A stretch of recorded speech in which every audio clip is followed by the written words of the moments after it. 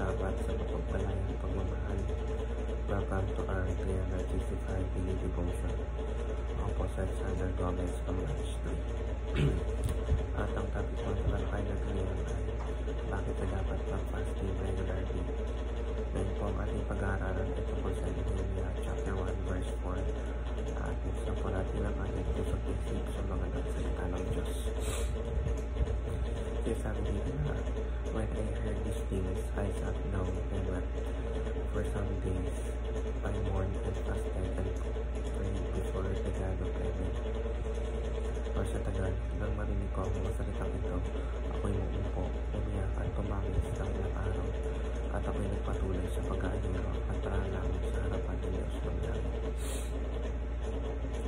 Teaching number 1, fasting is a normal Christian discipline.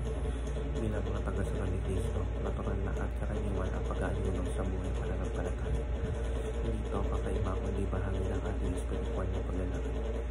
Sa Biblia, maraming halimbawa ng mga mananampalataya na nag-aaliro bilang tugon sa mga mahalagang pangyayari upang humingi ng gabay mula sa Diyos. Teaching number 2, fasting is spending a lot of time with God. Hindi lang ito basta pagtigil sa pagkain.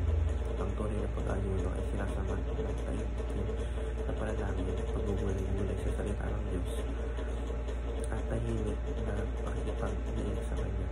Salit na kainin ng oras sa pagkain o ibang gawain, inuuko ko ng oras na iyon upang lalong lumapit sa Diyos. Teaching number 3, fasting is aligning your heart with God. Layunin ng pag-aaliro ang itabang ating mga puso, isip at motibo sa kalooban ng Diyos. Habang nilalabanan natin ang ating pisikal na kagustuhan, mas lumilinaw sa atin ang piling ng Diyos at mas nagiging sensitibo tayo sa Kanyang kalooban. Application number 1, fast for your family, friends, and finances. Mahali tayo mag-ayuno bilang paraan ng panalangin at pag-support sa mga taong mahal natin. Kung may mga suliranin sila na nangangailangan ng gabay at proteksyon mula sa Diyos, ang pag-aayuno ay isang makapangyarihang paraan ng pagkikisa sa kanila sa panalangin. Application number 2, fast by skipping meals and social media. Hindi laging kailangan na pagkain na may sukot sa pag-aayuno. Maaaring umiwas sa social media, TV o ibang uri ng kaliwan upang bigyan tayo ng mas maraming oras sa panalangin, pagbabasa ng Biblia at paglilingay-lingay. Application number 3, fast regularly or at least once a month. Ang pag-ayuno ay hindi lang tuwing may crisis. Ito ay dapat maging bahagi ng ating spiritual na disiplina.